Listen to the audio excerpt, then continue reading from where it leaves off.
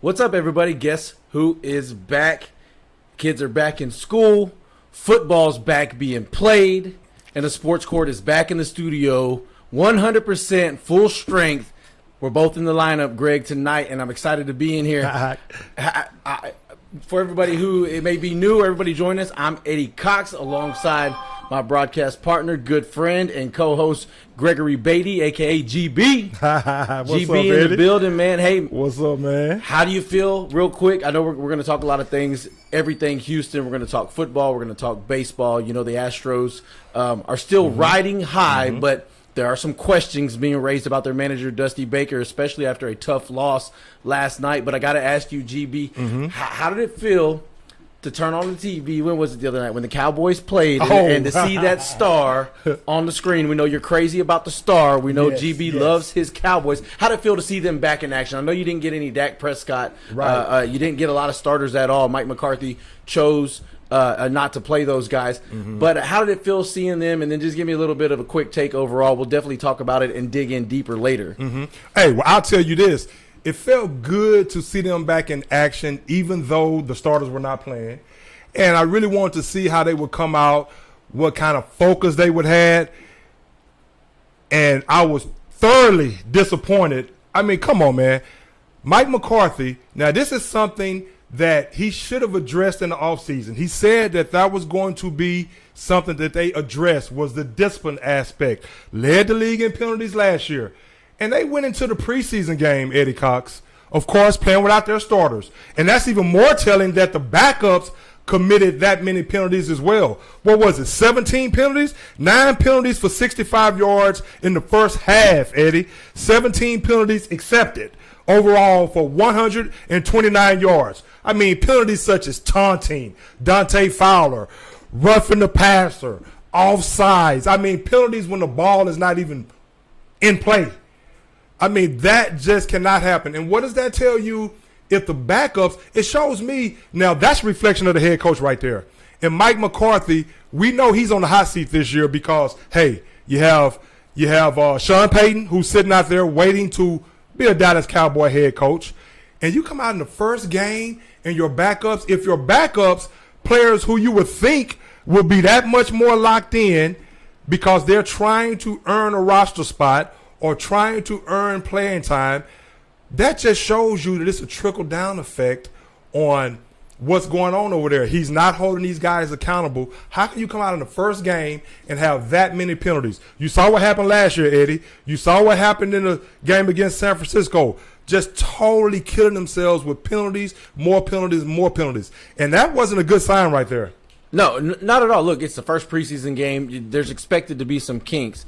But keep in mind, this would be the most penalties by any team in any game all of last season, the most penalties by any team, any preseason game so far this season. So it just makes you wonder when you go back and you look at past seasons and how this has always seemed to sort of follow Mike McCarthy's teams around this undisciplined play. And then you look at it, you look at a guy waiting right there in the wings. I know Greg wants to talk about Sean Payton and how he's waiting right there. I feel like Dan Quinn, he's right there waiting to possibly take over this team. And I think immediately he would instill more discipline. Basically, right out of the gate, this is not a good look for McCarthy. He doesn't look like he has a tight grip on things. You can say it's a knee-jerk reaction. But look, the Cowboys are a team that go into every season primed to do some damage, and for whatever reason, they seem to fall short. Hiring McCarthy was an unfavorable, but maybe let's kind of see sort of move. Super Bowl winning the Cowboys coach cannot afford to sit around on their hands and have too many seasons go by where they've got these guys firing on all cylinders, where you've got a healthy Dak Prescott, where you've got a blossoming CeeDee Lamb and a very opportunistic defense. I wonder how long they're going to sit on McCarthy. I expect a short leash, but Greg, right out of the gate, doesn't look good. I mean, it doesn't. And the thing about it is, as far as McCarthy, now, one thing we know he has to correct is his time management skills and decisions. So he has to make better decisions in that regard, but they're not good enough. They haven't won a playoff game in I don't know how long. I mean, they didn't win last year when they played at home against San Francisco.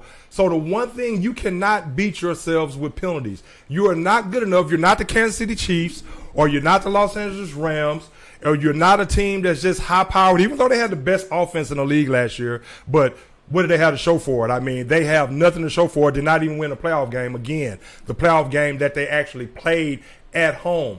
But the thing about it is, you have to be disciplined, and that gives you a better chance to win. I don't know why he's not preaching that to these guys, and if he is preaching it to them, maybe he needs to do something. Maybe he needs to cut somebody that's not expected to get cut, or bench somebody that's not expected to get benched, to make his point clear. Hey, we cannot have these penalties that's going to give us a least chance for success. Look, I think you hit the nail on the head, possible. Greg, because I was just thinking, there's got to be a reason why you see this, and it has to be because there just really isn't any consequence for these type of mistakes in the game. Mm-hmm. You saw it with, who was it, Connor Williams last season, the most penalized player in the league all year long, and still every game, he's trotted out there the starting left guard. Absolutely. And he continues to perform that way. There's no accountability, and the team knows there's no accountability there, so that's why they play the way that they do. And it's just it's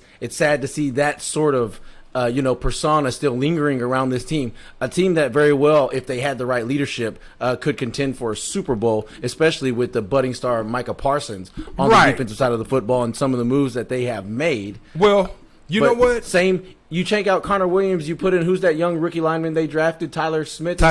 They draft Tyler Smith, they insert him. Who has a lot of holding penalties as well. And he starts to do the same stuff that tells me right away that maybe it's not these guys. Maybe it's something with this staff, and I believe it's on the offensive side of the football, and I believe it falls right at the feet of one Mike McCarthy. Well, Mike McCarthy and Dak Prescott, you're paying this guy over upwards of $40 million a year. He has to rally the troops. They have to. I guarantee you, a Tom Brady-led team would not be having all these penalties like that. And you're paying this guy upwards of $40 million. For one, it falls on the head coach, but it also falls on Dak Prescott, who's supposed to be the leader of this team. So he has to get in these guys' faces. He has to hold them accountable as well. Again, if you have your backups committing the same penalties in the first preseason game, guys who are vying for some playing time or just to make the roster, what does that tell you about what's going on in practice? I mean, I'm sure if they have refs in practice, which I'm sure they do, and I heard the Denver Broncos, who they lost to, you remember last year, I was at the bar and it was 30-0 before I knew it, and they ended up losing 30-16. And I heard that in practice, 2 days prior to the game, Denver was manhandling the Cowboys like they were not even there. And so Mike McCarthy has to get a better grip on this team, because you cannot beat yourself with these penalties like this. You can't continue to set yourself back and limit your opportunities for success because you're beating yourself by committing all these penalties. I mean, hey, I don't know what else to say as far as Mike McCarthy is concerned. We shall see what he does as far as when the season starts. Let's see if they correct that. I heard him in the interview and he kind of downplayed it, which I did not like whatsoever, because he should have been saying, instead of saying, well, it's not the regular season yet, the thing about it is, it happened last regular season. They led the league in penalties. And you come out in the first game and you show and prove that you have not changed your stripes one bit as far as that's concerned. And again, I'll say it again, and these are with backups. So that just tells you the overall things, the way things are happening in practice and the way he's not holding these guys accountable. It's just a trickle-down effect from the starters to the backups. I mean, they need to get it together. And as far as your point, go ahead. Well, to your point about the Cowboys, I don't know how many great moves they actually made, because to be honest with you, I like the draft pick with Tyler Smith, but they let Lyle Collins walk. So, and everybody wants to talk about, well, Zeke has to do this, Zeke has to do that. For one, Zeke, he's not the Zeke of 2016. We all know that. But I'll tell you this, he was injured last year with the knee. I don't know what Zeke can do if he doesn't have an offensive line that's going to be there week in and week out on a consistent basis, where they can gel, where he can gel with the lineman, where the linemen can gel with each other. I mean, I just don't really, to be honest with you, and that's why you don't hear a lot of people picking the Cowboys to go to the Super Bowl like they have in years past. For one, I think because you did that last year and you had Amari Cooper, now you have CeeDee Lamb, as the number one receiver. We'll see how that turns out. I love C.D. Lamb as a receiver. Has to be more consistent. I know he was the number one in Oklahoma. We'll see if he's able to take over that reins with the Cowboys, because he's going to see a lot more double coverage, and a lot of teams are going to be paying a lot more attention to him. And you don't have Michael Gallup to start the season. So I don't know what they have on the outside. You lost Amari Cooper, and we can say what we want about Amari Cooper, but we know Amari Cooper has talent. So he maybe fell out of favor from time to time, or maybe disappeared from time to time. And a lot of that has to do with him as far as pouting if he doesn't get the ball early.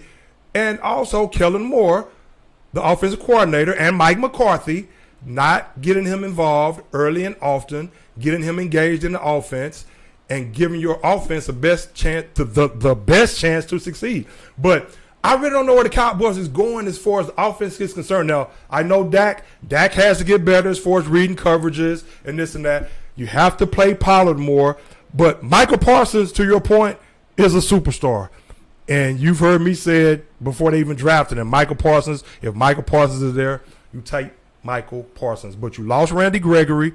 So I don't really know what to make of the Cowboys right now. And after that first preseason game, as far as the discipline is concerned with those penalties, I really don't know. Now, we'll see if they correct that. But you had all offseason to really hone in on that, and you come out in the first preseason game and you look like that. We know Michael Parsons is going to be a beast. He's probably going to have upwards of 15 to 20 sacks this season.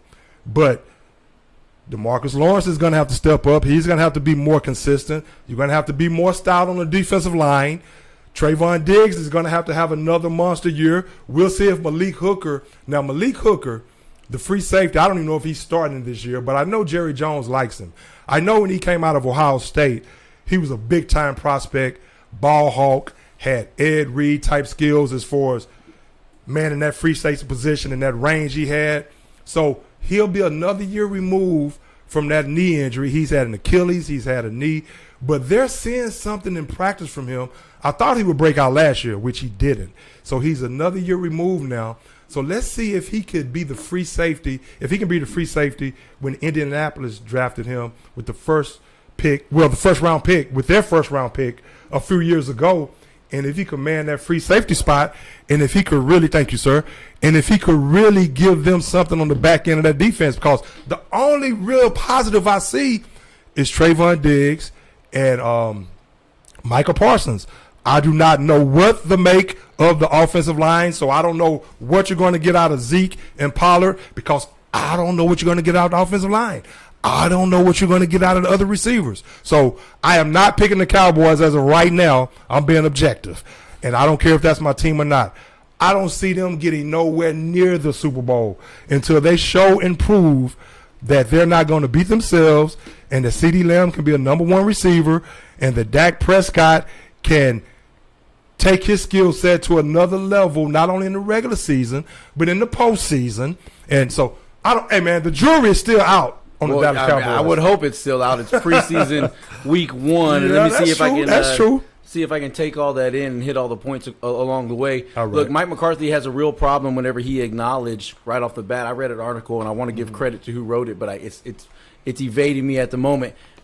But where he went to Dan Quinn, or where Dan Quinn approached Mike McCarthy and said, if it's better for me to step aside and leave the building, I'll leave the building. And Mike McCarthy said, no, it's better with you here. Mm-hmm. I want you here in the building. But it's almost like both men recognize what the team needs and where one is failing and where one could fill those shoes tremendously better, and fill those needs a lot better than the current guy in the position. So to me right now, the clock's ticking on Mike McCarthy. And the sooner you pull the trigger on it, whether you go with Dan Quinn or you go with Sean Payton, look, I think Quinn may be a guy that you can't let get out of the building. I don't know. Payton, we know that he is going to do some TV broadcasting, some stuff like that. Maybe he's one of those guys like Gruden where it's going to take the absolute perfect situation, the perfect contract to bring him out, and it's going to come with 100% full control of everything that goes on. I call it the Bill Belichick clause. It's going to come with that in his contract as well. But I'm not saying it's out of the realm of possibility, but Dan Quinn looks like he could do a lot better of a job. And I want to talk about the offensive line a little bit. Yeah, they're trying to rebuild that thing and get it back to where it was back in its heyday, back when Zeke first bursted on the scene and you couldn't stop this team. You knew they were going to jam it down your throat, and there wasn't anything that you could do about it. It's going to have to start with leaning more on the run game. Earlier, leaning more on Pollard. And because you need to let Pollard, this guy is an electric back that can still pop the big one, or that can pop the big one, where Zeke is a guy who maybe can't pop that anymore. He seeks out contact. You need to give this guy more opportunities with the football, because that's just another chance that he could hit a home run. More swings of the bat, more chance you connect and hit one over the fence. And I think they will, Eddie. He could do a great job of that, and I just think he needs to take the lead role while Zeke taking on a lesser role where he can stay fresh. I think he can be more explosive on the carries that he does get. And then maybe if you find that perfect balance with those two, you start getting more production out of the run game than what you've gotten in the past. Right. And you know what, too? I do agree that Pollard should get the buck of the load. I do agree with that. And also, again, we'll see what the offensive line provides. But if you don't have an offensive line that's worthy of consideration of being one of the top offensive lines in the game, I think Pollard would give you that chance for more big plays. If you look at Barry Sanders, he never really had a great offensive line when he was with Detroit, but he made things happen because of his creativity and his elusiveness and his big playability. Now, Zeke, I think with Zeke also, you will keep him fresh if Pollard is playing more, but I think you have to actually make sure that Zeke gets his carries. I remember last year, it was a number of games where he had like 12 carries, 11 carries. Zeke is the type of guy, he gets better as the game wears on. Now, maybe he's not a 25 carry guy, 25 carry a game guy anymore, but 15 to 20 carries. And I think to help Dak Prescott out, you lean more on the run game and you commit to it. I think way too many times last year they got away from the run game when they should have been sticking with it. And that really would have opened things up more in the passing game and more timely situations. You probably could have held on to the football more, kept your defense off of the field more. And so I think they have to really trust the run game more and really lean on it. But, again, that goes with the offensive line and what they're able to do in that regard. Well, I think one of the most frustrating things is in those instances where you were seeing Zeke Elliott with 12 carries, you'd go look at Pollard and he'd have 6. Or 5, but like and so they were going away from the running game, and then I get it. You know, maybe you still have to face the reality that Kellen Moore's your offensive coordinator. This is a guy that likes to throw the football, and throw the football they did, and they did have some success. But this year, without Amari Cooper, I think it's really, really important. It is imperative, actually, that Michael Gallup stays healthy the entire season, and that he's able to be a threat on the outside, stretch the defense, along with having Dalton Schultz. Is he even going to start the season? I don't know if he's going to be healthy and ready to go, but he is the starter whenever he's healthy and ready to go. Absolutely. Currently, he's out, but you got to have it from him unless you're going to go get an Antonio Brown or somebody off the streets. They may just have to do that. That would be a Cowboys-like thing to do, but that would just be another indication that they're not trying to move toward what would be Super Bowl winning Cowboys. It would be more take the flashy move, make the unnecessary risk, and bring in a guy who, let's face it, no matter where he's gone, it just hasn't worked out. I agree. So I don't know about that, but look, you're going to transfer this offense from an offense that had a threat on the outside, a major threat in Amari Cooper, to now where the primary receiver in the offense is going to be a guy that's primarily lining up in the slot. So you have to have somebody on the outside that can threaten the defense deep, along with a tight end that can occupy the safeties. Because if you don't have a guy at tight end who they fear, and you don't have a guy on the outside who they're worried about getting popped over the top, Greg, then that frees up a safety to help sort of spy or double team CeeDee Lamb, and that's going to make it very difficult for him to have success. Will he still have some? Yeah, I believe he's the type of guy, even if you double him on speed alone and the ability to come back to the football, ability to make guys miss, he's still going to make some plays and pop some big ones.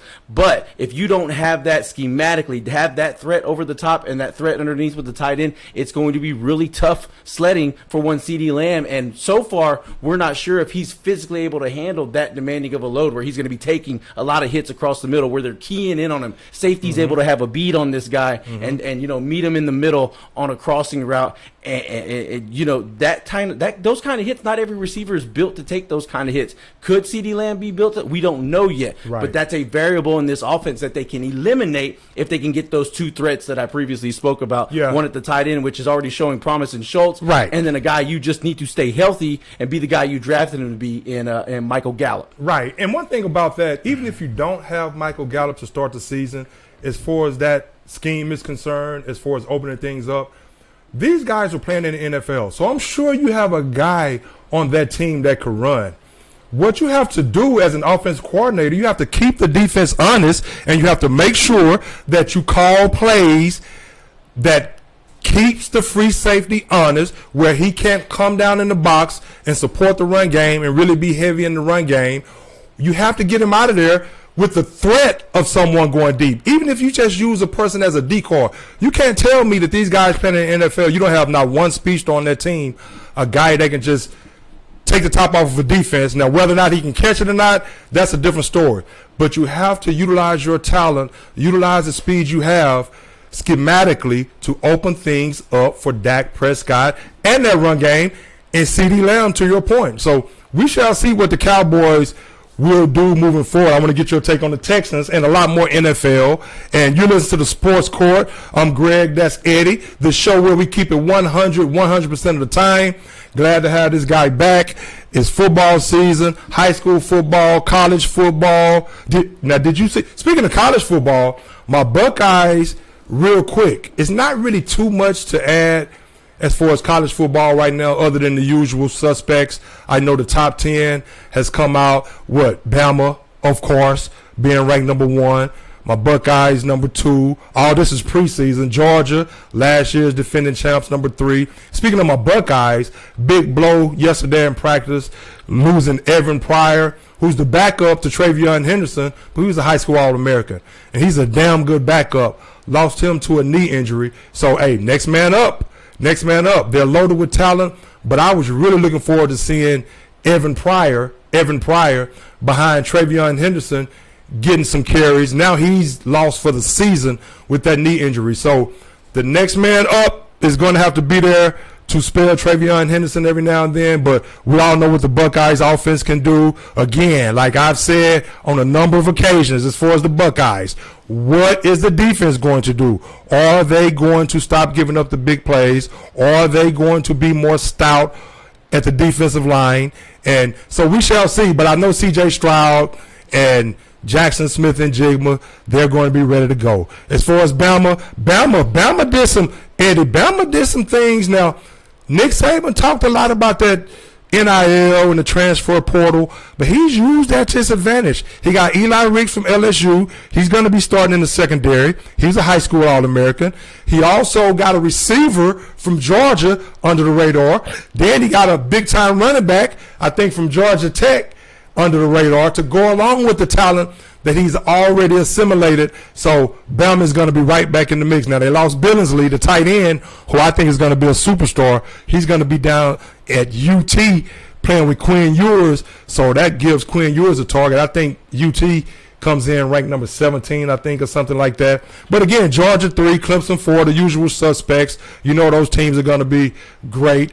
So we'll see what happens early on. Yeah, Texas A&M. Yeah, as I say, don't forget about Texas A&M, local favorite around here and a favorite of mine. Jimbo Fisher has certainly put them on the right track, but like so many of these, sweethearts here in Texas when it comes to college football, whether we're talking about the Longhorns or we're talking about the Aggies, what are you going to do at the quarterback position? Is it going to be Haynes King? Is it going to be Max Johnson? Or is it going to be a local kid from here in Houston, Connor Weigman, a true freshman who Jimbo Fisher has saying nothing but praises about? I read an article earlier that said that he's been one of the most consistent, if not the most consistent of all the quarterbacks in that quarterback room, and that's not surprising if you watch the guy play in high school, a totally dominant player at that level. And if he gets the opportunity, sometimes you know how some guys are, they get the opportunity and they never look back. And we could be talking about, Johnson and Haynes being, two guys in the transfer portal next year when this guy runs away with the job and nobody's going to take it from him until he enters the NFL draft. But as far as the Aggies go, I think we all know, you look at how talented that team is, how big of the studs are that they've brought Max in Johnson, this year. Max Johnson, the son of Brad Johnson. Yeah. They also former brought in NFL his quarterback. brother at tight end, Jake Johnson. He's a stud, top 5 tight end in the country, top 5 recruit at the position. what it comes down to with this team, and we all know it, is are they going to get that consistent, solid play at the quarterback position, the kind of play that is going to lead to being able to win the tight games and big moments and the kind of games you need to win in the SEC against the best defenses in the country, which reside in, you said it, the Southeastern Conference. And so far, under Jimbo Fisher's tenure, they have not been able to do it, but I think they're on the right track, and these three guys are going to put together probably the most exciting quarterback competition that you'll get across the 50 states of this nation and at the NCAA Division I level. Well said, and I totally agree with that, and that's why they come in ranked number 6 because of the exploits of Jimbo Fisher. He's always been noted of being a very good recruiter. So, and they continue to recruit well. They had a great recruiting class. They have a great recruiting class coming in right now. And so ever since he's been there, everywhere he's been, Florida State, he's always been able to recruit. We know he won the national championship at Florida State with Jameis Winston. But we know Jimbo Fisher is going to get the talent there. Now, can he coach them up, him and his assistants, and can they reach that level in the SEC where people are predicting them to this year, at least early on, being ranked number 6? Now, I will say this. As far as the skill positions are concerned, they have some talent at the skill position. Devon Achane, the running back, I think like 5'9", 185, world-class speed. Eddie, me and you broadcast his game in high school when he was at Marshall. And the guy is a world-class sprinter. I think he's a top 2-round player as far as, I think this will be his junior year, as far as his kickoff return ability. So they have a game breaker. They have a game breaker in Devon Achane for sure. Wears number 6, and he can scoot. He kind of reminds me of somebody like maybe James Brooks back in the day, played for the Chargers or somebody like that of that ilk, but a lot more faster. The guy ran a 200 meters in high school. I think he wearing a wind-dated 10.01 or something to that effect, but he's a speed burner. He's a speed merchant. And so he returned the kick last year against Bama, I think like 95 yards, almost 100 yards. And so he's going to be returning kicks. He's going to be catching the ball out of the backfield. They're going to be giving him the ball in the backfield. And he's like 5'8". They list him at 5'9", but I think he's more like 5'7.5", 5'8", so he can get behind those big offensive linemen, and you can't find him, and then pew, pew, pew, bye-bye, like Barry Sanders. So I'm really looking forward to seeing what A&M has to offer if that preseason rank, and I'm really looking forward to seeing if they're overrated or if they're going to live up to the billing in Jimbo Fisher's 3rd year. Of course, you know that game against Bama, even though him and Nick Saban have allegedly mended fences, so to speak, from that fallout this offseason about the NIL rule and things of that sort, when Nick Saban utilized his name and called them out as far as the NIL rule, saying that A&M had bought their players. But they say that's water under the bridge. But we all know that's easier said than done. Once they play each other, it's going to be mano a mano, coaching style against coaching style, and may the best man win. But this is a year, like you always say, this is time for A&M to show and prove that they belong in the ACC, playing with the big dogs. The SEC it is, and I agree. So I'm hoping that this will be the first year in a long, that they make our first year ever. They make the college football playoff, and it would be exciting. I know the whole area would be excited, and College Station would be rocking. And think about it, that's why a lot of these kids want to go there. It is one of the funnest places to go to school, and especially one of the funnest places to play a game on College game day. But let me ask you this. So even though UT comes in ranked number 17, they went 4-7 last year. A lot of that has to do with the acquisition of Quinn Ewers, highly touted quarterback that transferred from Ohio State because of C.J. Stroud's ascension. And, of course, he's coming in as the Heisman Trophy candidate this season. So we see why he transferred. So with the addition of Quinn Ewers, you have the best running back in the nation, in my opinion. Even though I love Travion Henderson, I love Zach Evans, who transferred to Ole Miss. But Bijan Robinson is his name? I believe so, yes. Hey, man, he's a bad boy. And he can scoot. He could catch the ball out of the backfield. He's very elusive, powerful, game-breaking type skills. So I really love the skill position. And Xavier Worthy, now when I tell you the best receiver in the nation this upcoming season may just be down there in Austin and Xavier Worthy. He was a true freshman last year, and I know a great wide receiver when I see one. And I'm talking about a game breaker. He wears number 8, and he is silky smooth, big playability, can take the top off of a defense, can run any route. But when I tell you he is a big play waiting to happen, just look at his freshman season stats. So you have Xavier Worthy, you have Bijan Robinson at tailback, and we'll see what Quinn Ewers. We'll see if he lives up to the billing. But of course, UT, And the defense, Billingsley. and Billingsley, the transfer from Alabama. So you're going to have those weapons on the offensive side of the ball. But Eddie, we all know UT. Now we know what Sark is going to do, as far as the offense is concerned. But they have to get better on the defense side of the ball. They were just too weak at the point of attack in the trenches. They have to get better in the trenches, really on both sides of the ball. Now, of course, the running game with B.J. Robinson. Wait, 100%. Bijan Robinson. Am I saying his name right? I don't know. I mean, it is Bijan Robinson. But you're right about that. That's the first thing I think about when I think about defenses struggling is, look, you insert a strong and dominant run game, and all of a sudden those guys have fresh legs late in the third quarter, early They in the ran out of fourth gas quarter. way too much. And that can make all the difference. So whenever you're trying to hold off some of the high-powered offenses that operate, in the Big 12. Yeah. Hey, when I say this, we'll talk NFL in a second. And is there anything else you want to add on college football? Again, it's really not too much more to add as far as college football other than things we've talked about, speculating about the upcoming season, certain teams. Again, the usual suspects, Bama, Georgia, Ohio State. I just want to add, Clemson. Ohio State needs to do what's really important and, what really matters the most, and just make sure C.J. Stroud makes it to May, where he can walk across the stage as the number 1 overall pick in the NFL draft. Just get him to there healthy. I don't give a damn if you win a game. C.J. Stroud needs to get to the NFL, and where he can possibly be drafted by, I don't know, maybe one of these teams somewhere nearby. Maybe the building. Texans, but that means the Texans will have to have a bad season, which we'll talk about here in a second. But I'll say this about C.J. Stroud.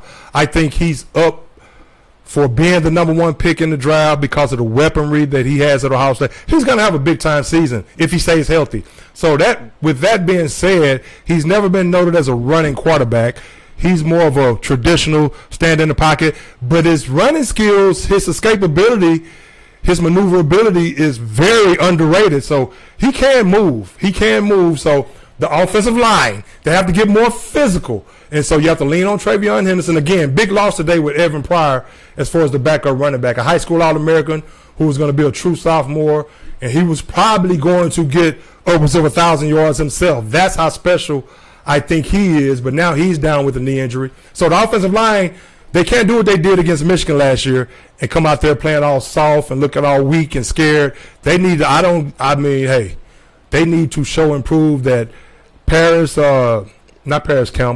Johnson, and they have to be physical. They have to be very physical. But as far as Ohio State, before we move on, the defense has to get better. They cannot give up these big plays, 30, 40 yards here, 15 yards here. I mean, big play after big play after big play. So, again, the usual suspects in college football. We'll see what other team emerges. Watch out for Ole Miss. I like what Lane Kiffin is doing, again, with the addition of Zach Evans. I think they're going to be a team that's going to surprise some people. Of course, we know the SEC is always going to be a juggernaut.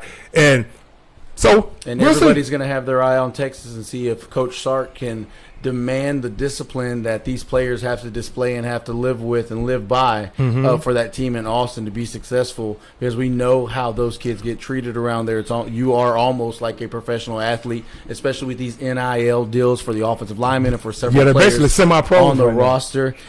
You're going to have to demand a tremendous amount of discipline from these kids to make sure that they are focused on game day. We see coaches struggle with getting very, very young, talented teams focused to play on Saturdays, and how well Sarkisian does at that is how well the Longhorns are going to do this season. And they can't run out of gas in the fourth quarter. Again, whoever that strength and conditioning coach is, he needs to do a better job, because they have to be in better shape. They have to be stronger, more physical, and they can't run out of gas in the fourth quarter. And that's why your defense is getting gas like that, and nothing at the defensive line. So they're getting the recruits now. You have Sark there, so we'll see what happens. So that's enough of college football right now until we see some actual games being played.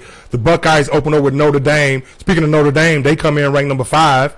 Marcus Freeman in this inaugural season as head coach with Notre Dame. So we know they're going to go to Columbus all fired up. again, they're going to be flying around.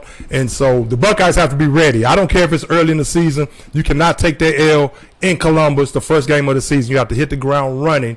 And so I look forward to them doing that. But I want to get your take on the Houston Astros and Dusty Baker last night. Or do you want to talk Texans right now? We can go Astros first. It don't matter Okay, to me. And okay. We can swing back to the Texans afterwards. Yeah.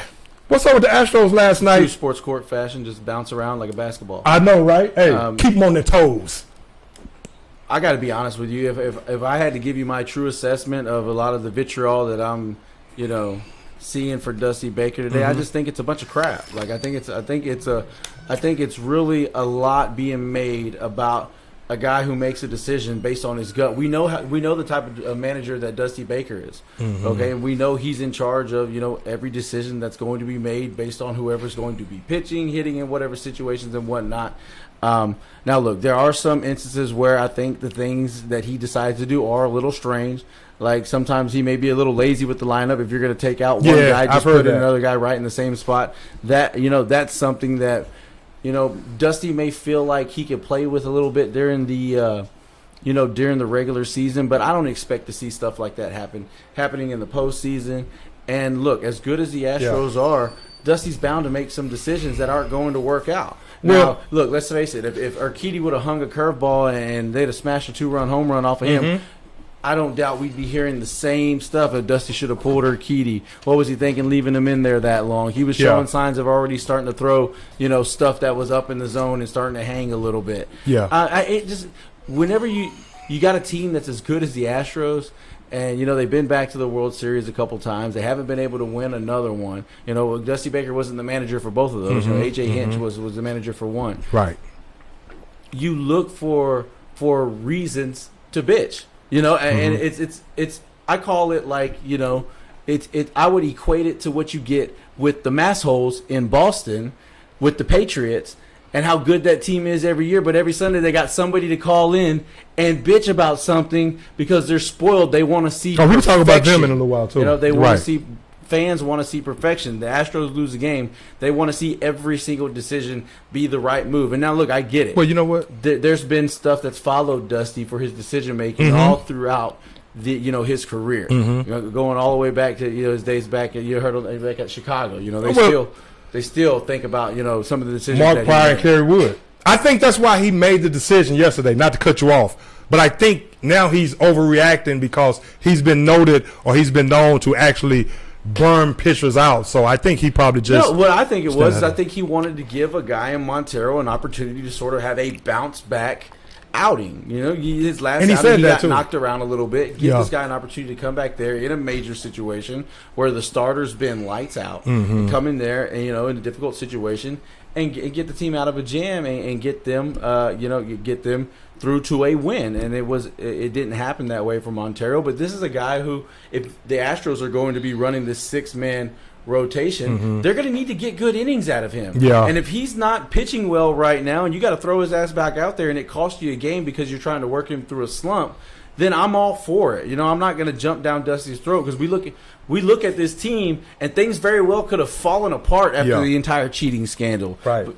Dusty came in, and I'm not trying to take credit away from the players, but it takes a certain manager with a certain, not pedigree. Just persona, but a certain reputation, and a certain amount of integrity to come in there with those guys and to be able to turn the noise that was all around them, surrounding them completely, turn it into something that they could use as fuel to their fire. And he's done a tremendous job of that. And I'm not ready to just sort of get rid of this guy and assume that whoever we decide to bring in is just going to be the second coming of AJ Hinch. Right. He's not coming back. Hinch is somewhere else. Move on. Dusty Baker's the guy now. And I believe that the city needs to be behind Dusty and not critiquing his every move, because let's face it, if any one of us or if somebody else was in there, there's decisions in baseball that just don't go your way sometimes. Yeah, I mean, hey, and it's easy to second guess someone. How many games are there, Greg, in a Major League Baseball season? 162. So how many decisions do you think the manager makes? It's almost unquantifiable. Right. How many decisions he makes. He's Right. bound to be wrong by some, but clearly based on their Absolutely. record and based on that's where I was going to go. how the team plays especially when they're playing against some of the stiffest competition, if not the stiffest in the entire league. Right. It shows that he's doing his job and he's doing his job well. He may be getting a little old and lazy if he can nip that How in the many? bud. But I don't think How many that games I'm not have they going to had? crucify him because he made a decision, and the guy that comes in, got rocked a little bit. That Well, like kind you of said, stuff he happens in baseball. Absolutely. Hey, come on now. I mean, the guy now he could have went to Hector Neris or Stanek, but he decided to go with Montero, like you said, because he wanted to give him some work. Now, even though our boy had pitched, I mean, 11 of his 21 starts have featured more than 94 pitches. 5 of his 7 innings required 12 or fewer pitches. So a lot of people are saying, hey, he was still fresh and he's built for this. This is what he does. But again, you can't question Dusty Baker. To your point about the job Dusty has done. I think you can, but I've heard all no, this no. fire Dusty But what Baker. Believe it or not, I was listening to the radio. How many coming games in, have I had? And somebody called in. Somebody called in 610 and Now said, that's what I'm talking about. That's craziness. Maybe it was 790. Somebody called in 790 and said, fire Dusty Baker and make come on, Martin man. Maldonado the player manager. Oh, the come most on, ridiculous man. thing. That's just crazy talk right the there. craziest take I've ever heard in my life. But it just goes to show Well, you know like what? how spoiled fan bases can get But- when your team wins or goes to 5 consecutive American League Championship Series and 3 out of 5 World Series. And spoiled in that regard. And if you think about it, now we're talking about last night. We're talking about one game, which a lot of people say they probably could have won. They have a big lead in that division, the best record in the American League right now. I mean, so what are we talking about here? I mean, this really doesn't even make any sense. And if you talk about what the Astros have done since the All-Star break, they've been one of the hottest teams in baseball. Now, granted, Dusty Baker, he has a tremendous amount of respect. To your point about what he's done with this team amid the cheating scandal, I mean, it's been nothing short of impressive. Made it to the World Series last season, lost that, but has them back on track again this season. The team that was thought to be the team that was in their way, the New York Yankees. Now, of course, it's the regular season. They've slumped. They've slumped big time, and I think they're without Stanton now. As a matter of fact, the Mets look like the best team in New York right now. If you look at the pitching with DeGrom and Max Scherzer, I mean, you're talking about lights out. Oh man, DeGrom and Scherzer. But the Astros, the respect that Dusty Baker commands, I mean, he puts himself, like I like to say, he puts himself in his player's shoes because he's a former player himself, World Series champion, so he knows what these guys are thinking. He knows how to get with them on their level. Even though he's 72 years old, he's a young 72. He's 72 years young. He always knows the pulse of his team and the pulse of his players. So the players love playing for him. They come to the ballpark every day ready to play ball. And again, you're talking about last night, but you're not looking at that. Just shows you the day and age we're living in. People's memories are like that.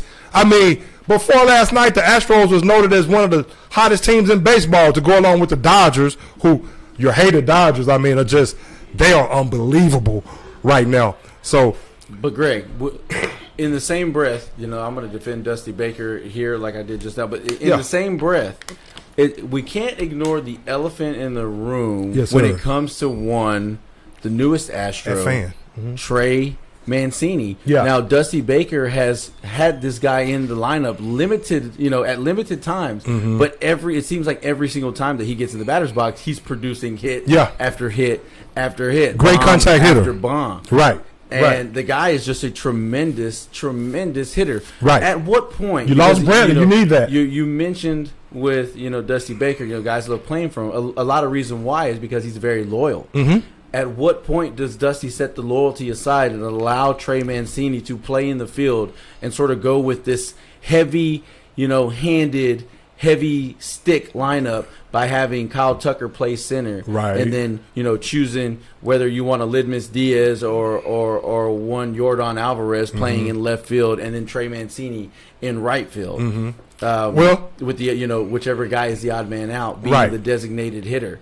And this would give you, by far, I think, probably the most dangerous lineup in all of Major League Baseball. Yeah, I mean, especially if you take into account that. What do you think Dusty's waiting for with that? And is he he's just so old school that he's not going to take one of those guys that he feels is a better, defender, a Jake Myers or a McCormick, a guy with, some decent wheels. He's not going to take that guy out of the lineup to put another stick in whenever, the Astros clearly are good hitters. They're very timely hitters, even though the run production is middle of the road. They've gotten some very, very good pitching this year. Yeah, well, you know what, Dusty? It could be some of that old school, loyal to a fault. It could be that too. Mancini just getting there. Maybe he's trying to get him acclimated to things. Now, of course, Mancini, he can play a multitude of positions as well. So maybe Dusty doesn't feel that he's a one-spot guy. Maybe he feels he can move him around in the infield a little bit or the outfield to different positions and maybe utilize him that way.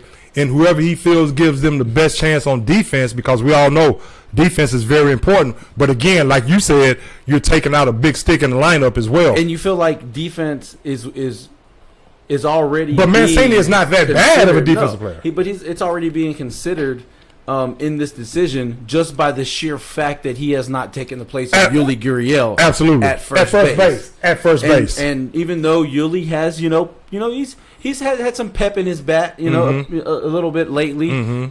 Hopefully he can keep that going, coming off a very good season last year. But if he regresses back, you really have to start thinking about, what can you do to get this lineup, a little bit more juice, because you're going to have to, especially without Brantley. Exactly. That cannot go unsaid. Now, and Brantley's one of those guys he gets on base absolutely at a ridiculous rate, and he has a great eye at the plate. Every year has the highest average, out of all the Astros. Absolutely, and that's something that's been kind of flying under the radar. Now, initially we thought Brantley was. I mean, of course, he was on the 10-day IL. Now that's turned into season-ending shoulder surgery.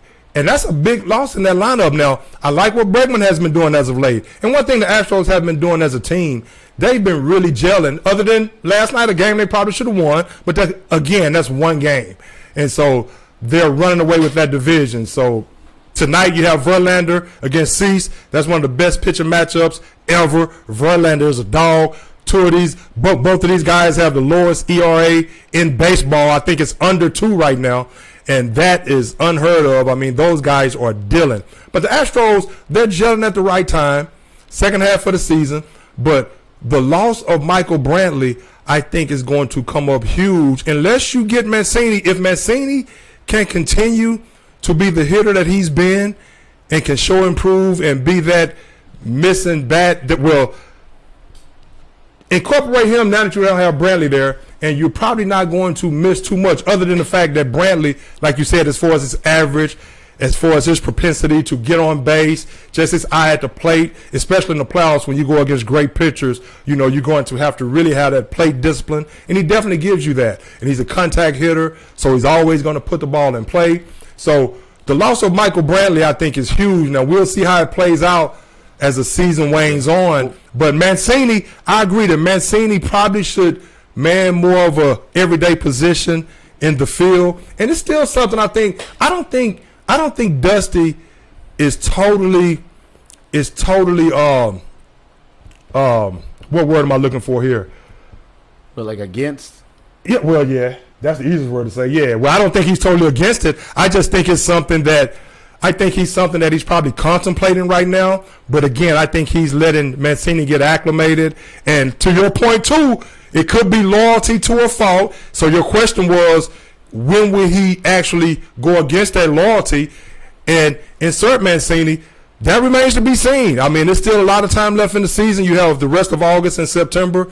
Maybe if Mancini continues to produce at the plate, maybe Dusty will just say, hey, well, we have to get him on the field, in the lineup every day as an everyday position player, as well as playing at the plate, because he's earned that right. I'm sure Mancini wants to play in the field more. So it's probably just going to be contingent upon what Mancini continues to do. And really, you're talking about a tremendous success story, a guy that beat cancer. Yeah, without a doubt. The guy's that's why he was such a favorite in the locker room Absolutely. in Baltimore, and they were very, very upset to find out that he had been traded. But a huge addition for the Astros, and for me, it's just about finding a way to get him in the lineup, get his bat in the lineup. Rotate him at designated hitter and out into out in the outfield. Same thing with with Yordan Alvarez. You could sort of manage these two guys, and let's be honest, Yordan is a guy that they've always said they wanted to get more out of the field from, and he's shown that he does have another gear he can get into at times, and a big strong arm.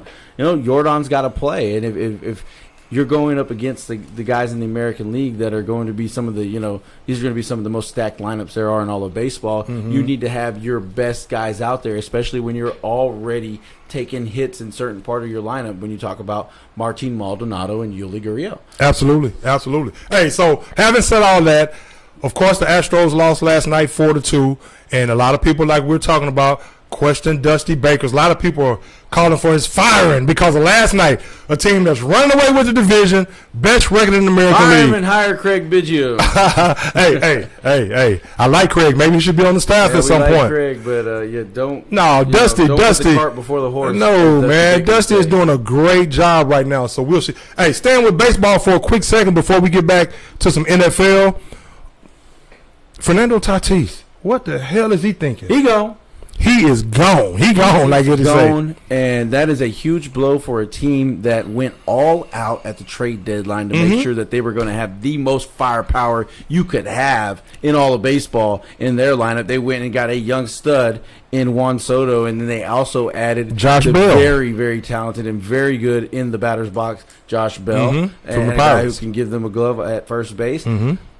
Oh, man, it just couldn't come at a worse time. You look at some of the quotes from the teammates and how disappointed they are, and this isn't the first time. To go along with the wrist injury from a biking accident? Yep, this is the first time they've been disappointed with him, and, they feel like this is something where, here we go. It's a pattern. The immaturity is showing, a guy that's got all this talent, one of the top, you can count on one hand how many players, you might pick, to start your team with in baseball other than this guy. And so far, he's shown that maybe he just doesn't quite get the team concept of baseball, and it's hurting the Padres team that they were poised to make a run, and now they're not going to have probably their best player. Absolutely. I mean, if you think about it, think about how it's tarnished his reputation as well. Because he said he unknowingly took the anabolic steroid. I had it wrote down the name of it, but Citriol or something. I mean, it's an anabolic steroid. He said he took it unintentionally. But the fact of the matter is, it makes you wonder, all the success that he's had, has he been taking anabolic steroids? I mean, so it doesn't help his reputation one bit. Then to go along with that, you got one of the best young generational talent in Juan Soto. Like you said, they're going all in. They were going all in, expecting him back, Tatis Jr., poised to make a run at the Dodgers. And they were not going to catch the Dodgers, but at least get in as a wild card. And then the playoffs, you never know what can happen. But the way Blake Snell has been pitching, and so you were poised with Manny Machado. Yeah, another addition there. Yeah, I mean, and now you lose Tatis, one of the best young talents in the game. And again, it doesn't bode well for his reputation. It doesn't bode. I mean, they paid him upwards of $340 million. So now you question. Now that brings into question everything that he's accomplished thus far, but he stays injured. He's always been injured. He had shoulder popping in and out of place last year. So now, I mean, that trade, unless the Padres can do the unthinkable and win it without Tatis, which I don't think they will, but you went all in. You pushed all your chips in on the table, and here's this guy getting busted for steroids. So, again, his dad, his senior, came out and said that the steroid that he ingested supposedly does not help his performance, doesn't help his trainer. Of course, he's going to say that.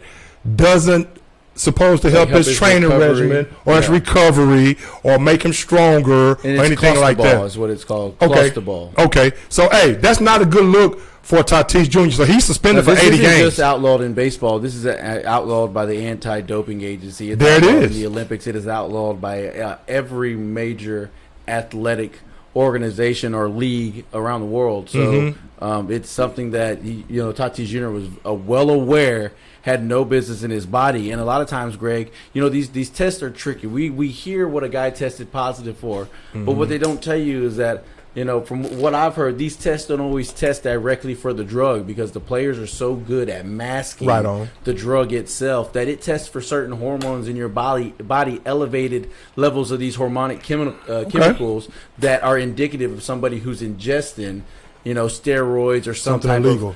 of, body enhancing Right. substance. And that's how these guys end up getting caught. One might ask, how did he get tested all these other times, make it through all these points in his recovery, and then now all of a sudden, bam, he hits right here. Well, maybe those tests weren't catching it because maybe they didn't test for this certain, hormone or an elevated level of this, and when they did, boom, they got him. Right. It's a very disappointing setback for a young man. That let's hope that this can be a wake up call for him, if the biking accident or whatever it was that broke his wrist wasn't a wake up call enough. And let's also remember too, they did go get Juan Soto. Okay, right. I know they want this to be their young core, but could you imagine if they were to turn around and say, hey, we're going to go ahead and trade Fernando Tatis Jr., move on from this guy. We've got another young stud, who can be the, core and face of our franchise. Let's see if we can replenish our farm system. But you don't think that's addition by subtraction? What's I mean, that? well, if you were to trade Tatis, because I think they wanted to pair. I know they wanted to pair those two together. I do. Tremendous young talent. But sometimes, some GMs, they want to make the move before it's too late. Everybody can tell you when it's time, but sometimes you got to make the tough decision and pull the trigger on it, before they make that mistake or before they have that slip and fall. That is the one that really sets them back, or the one that, heaven forbid, ends their career or something like that. Now, these are just some minor setbacks for Fernando Tatis Jr. Well, it's not going to help But the TV ratings if for he fails baseball. another test later on, he is going to be banned, absolutely. indefinitely. Probably for a full, definitely. That is going to be huge news. Now, real quick. So that's another thing that I could see a general manager evaluating. That's not out of the realm of possibility. This is a guy who has shown already that he is willing to will and deal, and it sucks to gut your farm system like they did for Soto. But if you had to move on from Tatis, the guy who is one step away from possibly not even being on your roster for 1 or 2 seasons, and you can replenish what you lost whenever you brought in Soto. Oh man, I think it's a tremendous opportunity. Well, you know what? Something they may be considering right Well, you this never instant. know. Well, you never know. And of course, he's going to be under random drug tests, so they'll get a better feel about where his head is as far as his thinking about things that he's taking. Is he being professional? Has he learned from his mistake? I mean, the 80-game suspension, if that doesn't wake you up right there, I don't know what will. But I don't think right now, he's such a tremendous talent. Maybe they're thinking, okay, this was just a one-off. And again, let's monitor the situation from here, because that's just a generational talent. If it wasn't for this, that would probably be the guy that I would say that I would want to start my team with up until this. Now, it's not that guy. For me, and I know you want to ask, for me, I had thought about it a little bit. We talked about it before the show, who would be that guy. For me, I think it's Shohei Ohtani. I think Ohtani, with his ability to play the field and pitch, I think if you put him, like say if I was building the Houston Astros 2.0 and I could start with that guy, I think it would be that guy just because of what he does for you overall. It's just unfortunate he has to be stuck over there in Los Angeles and on the Angels, a team that Mike for whatever Trout, reason man, he just can't stays get hurt out too. of their own way. Yeah. Hey, man.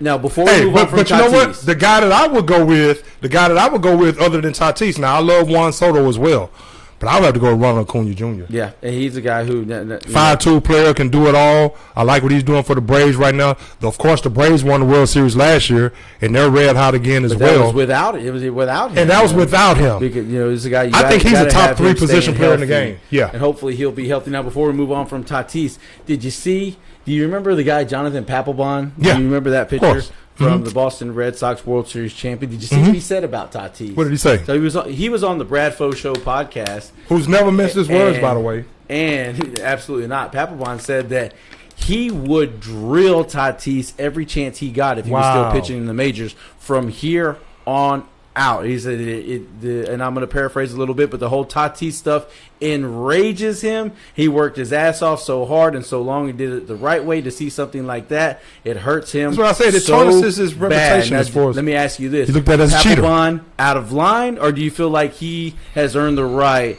to send some very, very, probably the harshest words I've seen spoken about Fernando Tatis, to send those words his way. Well, I'm not saying he's out of line. I mean, he's saying what's on his mind. I mean, especially on the podcast, hey, you can't be scared to ruffle any feathers on the podcast. Well, I mean, when you come out and say, this is a kind of an old school tactic, right? To throw at a guy every single time just because of how you feel based on something he did, not even on your team.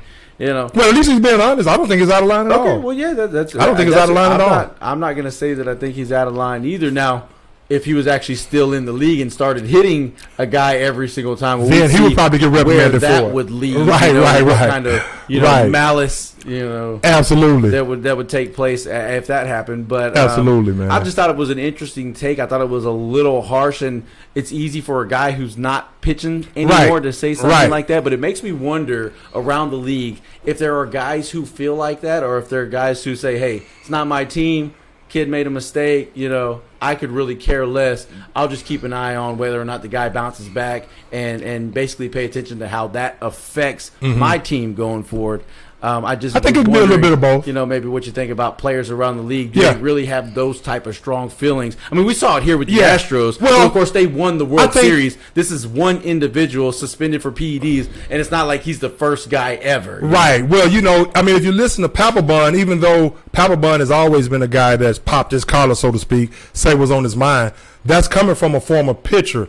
So that kind of puts you in the mindset of at least a pitcher, or at least a former pitcher. So I would assume that not all, but some probably feel that way, because you probably have some guys that's probably gotten tattooed by Tatis for his home runs, or maybe Tatis has had some success off them that has maybe cost them money or whatever, or just you never know. It's funny how that draws, just like we saw here with Houston and the cheating scandal in 2017. It just draws everything that you've done up to that point, every great thing that you've done that was probably not assisted by anything but your God-given ability. That's true. It draws that's all the unfortunate that into part. question. That's what I was talking about earlier. Wonder, was it this all along? Exactly, and that's the unfortunate part for him. So what he's going to have to do now, hopefully that will make him that much better, and so when he comes back, he'll be the same player that we've known him to be, the same phenom. He can put up those numbers, but he has to stay healthy. And if he does that clean, I think eventually that stuff will subside, and people may take him at his word that it was unintentional, but he has to come back and produce. The same thing we said about the Astros after the cheating scandal. What did we say when we were on the show when all this was going down? The only thing that's going to change that is the Astros winning, made it to the World Series last year, and not cheating. Yeah. Winning and not cheating. Right. That have to happen. Absolutely. And so far, they've done both of those. They just haven't brought home another ring. Absolutely. But I think we're all pumped, thinking that this year could very well be the year. And I want to get a look at Verlander later on, because this guy, absolutely, man, the ageless wonder, man, ageless wonder. What is he, like 41 now? I don't know, man. He's 41, 42, but seems to be getting better every single year. And, man, the Astros got to find a way to keep this guy around, and I think they will. Not to go off on a tangent, but so far he's getting better with age. I don't think that anybody would argue with you and tell you that JV is probably your leading candidate to be the Cy Young winner. Absolutely, this season, and the guy that's pitching against him tonight may be second. Yeah, right. So so we shall see. But I got to get your take. We're going to talk some more NFL. We're going to talk, of course, the Texans. I want to get Eddie's take on the Texans right quick. Now the Texans, I love what I saw out of that young running back from Florida. Dameon Pierce. Show 5 carries. I think he had, maybe 60-something yards on the 5 carries, 70 yards. 5 carries, 49 yards. 49 yards. There you go, averaging about 8.99 yards a carry. But for me, it was the way that he ran the football. Yeah. It's funny how right out of the gate, even though everything about the whole Bill O'Brien, Tim Kelly era has been eliminated from this building with the exception of one Nick Caserio. Right. It's just almost funny to think about how right out of the gate, what do we see? An immediate tackle for a loss, penetration right up the middle, like it reared its ugly head. It was one of the Achilles heel of the Bill O'Brien offense, penetrated right up the middle, and the inability to run the football. And Marlon Mack runs right into the run for a loss. Right. But then all of a sudden, Dameon Pierce gets out there, and regardless of who's there in the offensive line, he starts, reeling off decent gains. not getting hit and stymied by the first guy to meet him in the hole.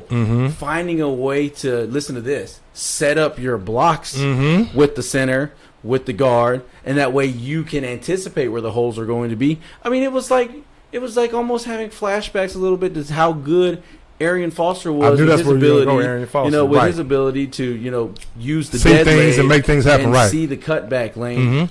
This guy, it's a breath of fresh air to see somebody in the backfield who understands that the running game is a timing game. Absolutely. And if you just run into the back of these guys, you are not going to stand a chance at this level to run the ball You successfully. have to run with your eyes You can't open. expect them to just bulldoze holes out of the way for Right. you. You have to set these freed linebackers up. You have to put them in a position where you are going to put the blocker in between you and the defender, not the other way around where the blocker puts himself. Right. The blockers are designed to block to a certain level, and then the rest is But on you have the to make running things back. happen. Absolutely. And he did very well. All He the great showed- running backs have great vision. He showed great vision and anticipation. He showed to have a burst, Power. and he showed a tremendous. Probably the what equates in the most of the great 23, and what we'd all like to see if he could be the guy, to kind of finally take the torch as the next great Texans running back is a tremendous balance. Yeah. Is Yeah. the balance, the ability to change directions, stay on your feet,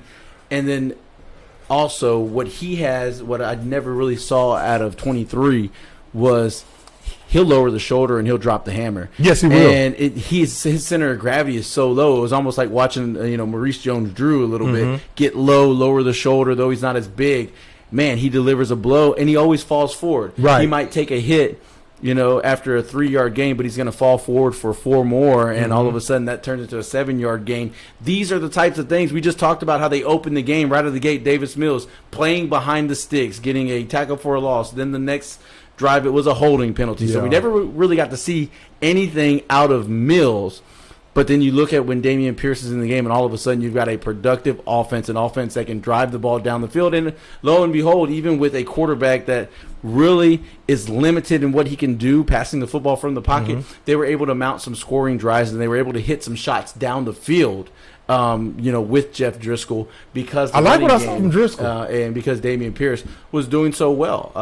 This is by far the one player that I think Houston Texans fans, I'll speak for all of us, excited about. are most excited about, because it's the one thing that we just haven't had since the Gary Kubiak era. That's it right there, man. And I think you can really help out Davis Mills if you're the Texans, because that's one thing the Texans lacked last season was a nice running game. Now, of course, you're going to have to get some linemen healthy. The rookie lineman out of A&M, you're going to have to get him healthy. Of course, he's coming back from a concussion right now. But if you can get a strong running game to take some of that pressure off of Davis Mills, and then that will allow him and Brandon Cooks to really connect and hook up. That will open things up in the passing game, make things easier on him. But Pierce, who was totally underutilized at the University of Florida, went in the 4th round, but he's really like a 2nd-round type of talent. That's how good he is. So kudos to the Texans for making that assessment and for taking him, because he seems like, at least after, now I don't want to get too caught up on preseason. Now, we've seen this happen before where a guy shines in the preseason, and then next thing you know, you never hear from him again, and then the regular season comes along, you're playing against the number ones, and all those cutback lanes that you saw in that first preseason game, all of a sudden those cutback lanes are not there anymore. And so we'll see what he continues to do. But I can tell that he's a tremendous talent, and I know that he was underutilized at Florida. So I think the Texans got a steal right there with him. Look, Now, and I'm excited to see what it's going to look like when you've got Davis Mills and you've got Pierce off his right hip or off his left hip, or in the backfield, and what kind of comfort level that's going to give him, knowing that, hey, we've got a big play threat that we can dump the football down to at any time, which is, I mean, you didn't feel that way about David Johnson. You didn't feel that way about whoever the hell else they were trotting out there last year, Royce Freeman and the likes of whoever else it was. Hell, I can't even remember now. It was so bad. The play was so bad at the running back position. did you have your boy Ingram Rex there for a Burkhead. while? Yeah, it was Ingram before he got traded. Before he got traded, and then, Burkhead. And Burkhead Rex is what he is. Burkhead, right. He's 1,000 years old, but he Yeah. still can give you Change the production pace in back. this league Yeah. because he does one thing very well, and that's Absolutely. get the football and get up the field. Absolutely. And he'll do it in the passing game, which is he's very astute at. But to have a guy like Dameon Pierce, it totally opens up things for this offense, and we're going to start to see. Now, do you think he's going to start? I think, it's, in my opinion, Eventually, I I think he think will. it is a travesty if Damian Pierce is not the starting running back Week week one. one. I don't give a rat's rump. You know, A rat's ass. if Marlon Mack is from Houston and all that, that's great. He is on the downside of his career. Mm-hmm. I think you saw enough in those 5 plays. I If still you don't know break who Marlon them Mack down is. and watch the way that he runs the football. It is clear he is the best natural runner of the football that this team has seen Absolutely. in the last 5, 6, 7 years. And I don't care since 23, since Arian Foster. And you cannot keep that guy, you know, away from a starting role. Maybe you want to protect him. Maybe he's still learning the playbook. Yeah. But whenever you pass protect the way he pass protects, you run with authority the way he runs.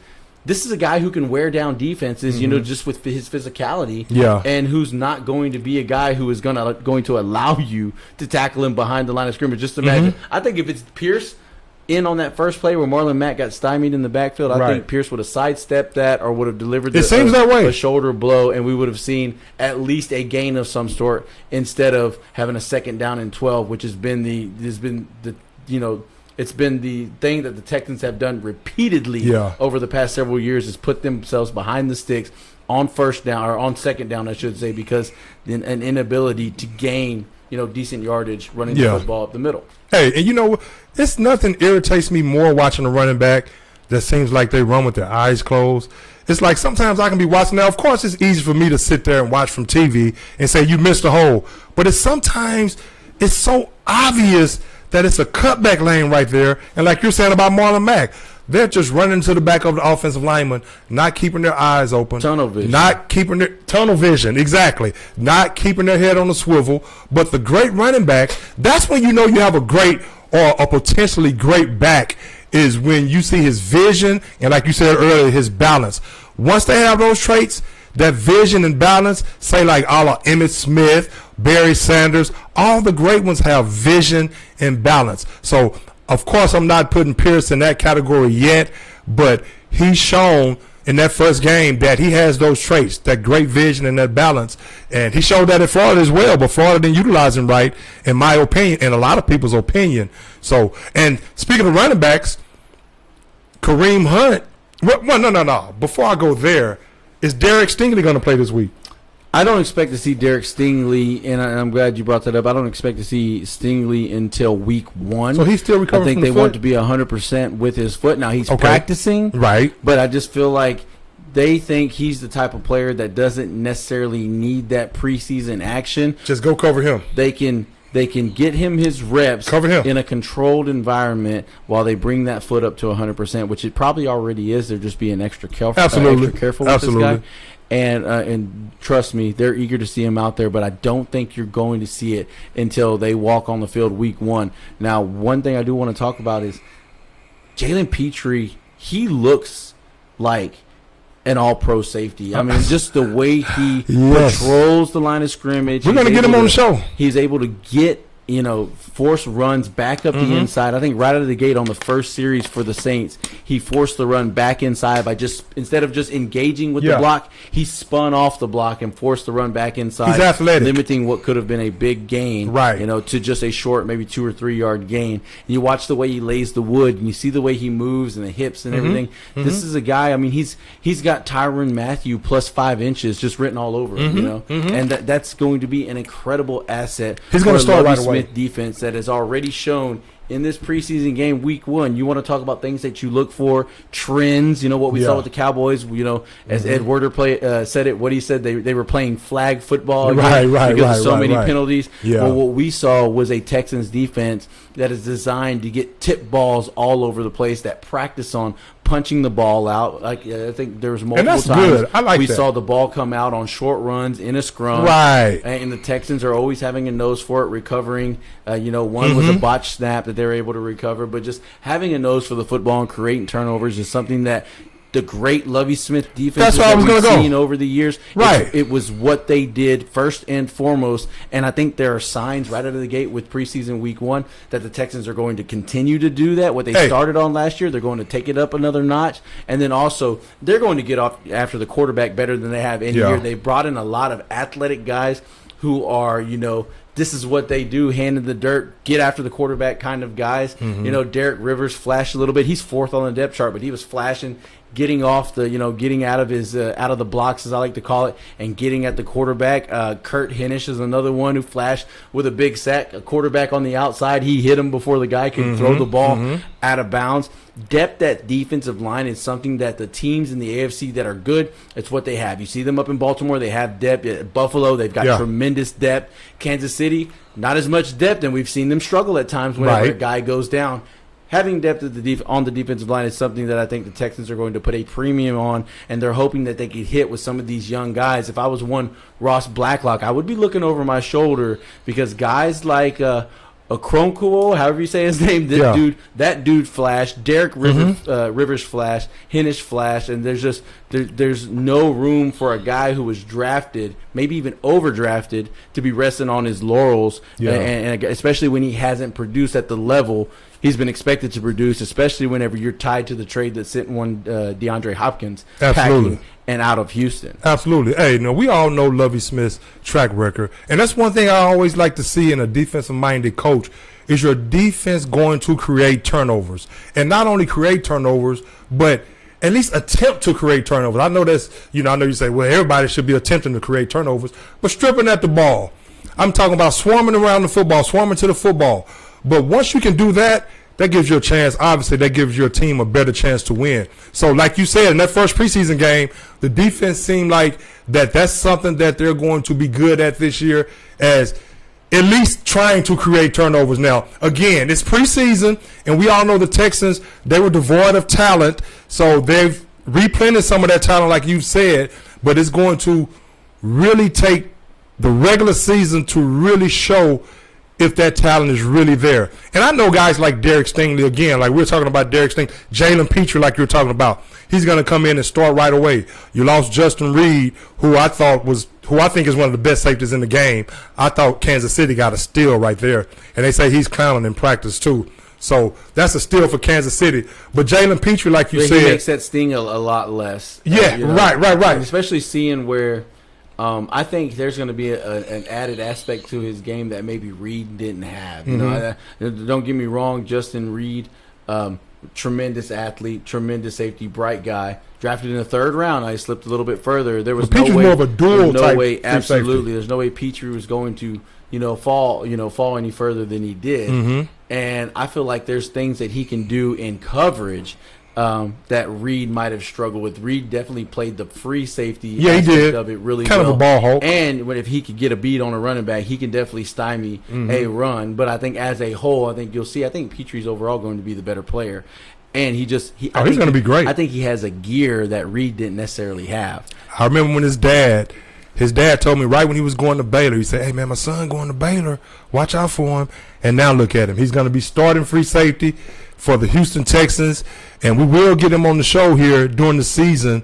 At least his dad pretty much said, hey, GB, that's a given. So we shall see. Look forward to that. But I like what I've seen thus far. We're watching the battle next to who's going to be his sidekick right next to him. Right now it's Jonathan Owens Biles. Okay.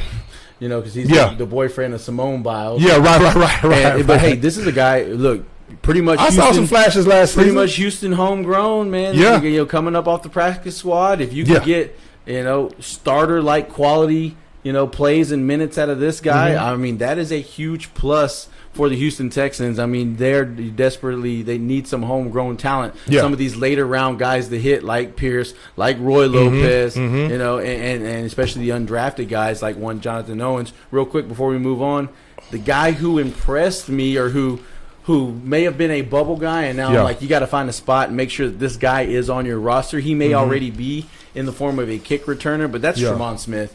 Tremont Smith made some plays outside at corner. You need a guy who can fill in on the outside. I know you feel comfortable with Desmond King in the slot, but I think Smith showed you some versatility to play in the slot and definitely some instinctive ability on the outside.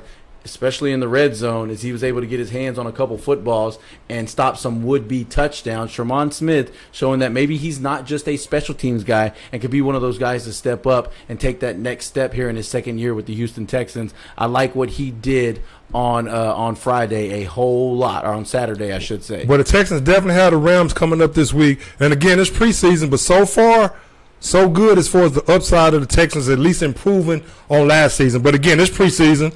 And the same thing I was saying about the Cowboys. I'm not ready to put the Cowboys in the Super Bowl by no means until I see what that offensive line is going to do, until I see the type of decisions that Mike McCarthy makes, until I see the discipline get better overall as a team. I'm not going to be one of these Cowboys. So, are we going to the Super Bowl? No. As of right now, I don't see it. And until I see CeeDee Lamb step up and be the number one receiver. But real quick, Eddie, the Hall of Fame inductees, real quick, before I get your take, I want to get your take on Lamar Jackson. Do you think he should play or not? I want to get your take on with the Pittsburgh Steelers with actually, let's talk about that right now. What do you think about the Steelers? Who do you think is going to take that job? Now, you saw Trubisky get in and do a nice job. Then you saw Kenny Pickett do an even better job. Of course, it wasn't against the number ones, but you saw why they drafted him number one, and that's what Mike Tomlin wants. He wants a quarterback a la Trubisky, who can scramble, a la Pickett, who can move around a little bit as well. And I don't think Mason Rudolph, I think he's going to be a backup there. But Kenny Pickett or Mitchell Trubisky after that first game? Well, Rudolph the Red-Nosed Reindeer doesn't stand a chance at this competition. I think you're right about that one. You know, I think I already knew what you had with Mason. You know, he was never going to develop into a starter caliber quarterback. I just never saw it. Maybe career backup. Yeah, gotcha. I can see that there, but no, not as the starter. Right. And you know, Trubisky did some things and that kind of make you say, he was a number two pick. Trubisky. Maybe this guy, gets it. Deserves an opportunity to start. Mm-hmm. I think they're in a luxurious position, them being the Steelers, because they have such a solid foundational head coach, a guy who's clearly in control of that team. Mm-hmm. They're not a young team. Never had a losing season, 15 years. New GM. Right. Somebody who's questionable, who maybe hasn't won over the locker room yet. That's not the case with the Pittsburgh Steelers. So similar to what happened with Andy Reid and Patrick Mahomes, they have the luxury of being able to sit this guy and play Trubisky if they want to. Now, where it gets interesting is if whenever Mike Tomlin closes the door and really sits and ponders on this decision, if he comes to what we saw Pete Carroll come to with Matt Flynn and Russell Wilson, a very similar situation where, look, this guy, he just plays better and he gives you a little bit of this X factor that you just aren't ever going to get from the Matt Flynn's and the Mitchell Trubiskys of this world. They only come from guys that just have that in them, and Kenny have Pickett that innate ability seems to have that spark, that flash, and that type of charisma that guys have when they're successful and they gravitate at playing quarterback in the NFL. And his teammates gravitate to him. It seems like that already. It's going to be real hard for them to make this decision, but keep in mind, I said, they do have the luxury. Mike Tomlin has the track record to where they can say, hey, this is what we're doing with this kid. Yeah. Well, he's going to learn how to operate on game day from a, outside the box perspective before we just throw him in feet to the fire. Why? Because we can do that and we can win some games with the guy we have now. Well, one thing Mike Tomlin is going to make the best decision that's best for his team, that puts his team in the best position to succeed. Mike Tomlin is going to do that no matter what the front office thinks or whatever. I mean, he's going to do that, and he wants a scrambling quarterback. But to your point about Pickett, he seems like one of those guys that actually, like you said, he galvanizes the guys around him. So we'll see if that translates into the regular season, obviously. Obviously, as far as the Steelers, you know what they're going to do on the defense side of the ball. Of course, they're going to lean on Najee Harris. I think that would help speed along the growth of both of those quarterbacks, Trubisky as well as Kenny Pickett as well. But you're going to have to lean on Najee Harris. But they have to be careful with Najee Harris. You heard me say it last season. I thought they ran him way too much. And you do not want him to be one of those guys like Ezekiel Elliott or a guy like Earl Campbell, as great as Earl was, Hall of Famer, of course. But of course you want to. Now I heard him say that he wanted to have 500 carries. Be careful with that. Because you want to last more than 2 or 3 years if you're Najee Harris. But you definitely have a tremendous talent in Harris. So they're probably going to lean on the run game more and then let that quarterback situation play itself out. I mean, it is But the true for them to Pittsburgh have a Steeler quarterback way. that could for them to Yeah. have a quarterback that can utilize their legs, something that they haven't had in a while, Hey, and and not- something that Mike Tomlin has been wanting, but he had a Hall of Famer in Ben Roethlisberger.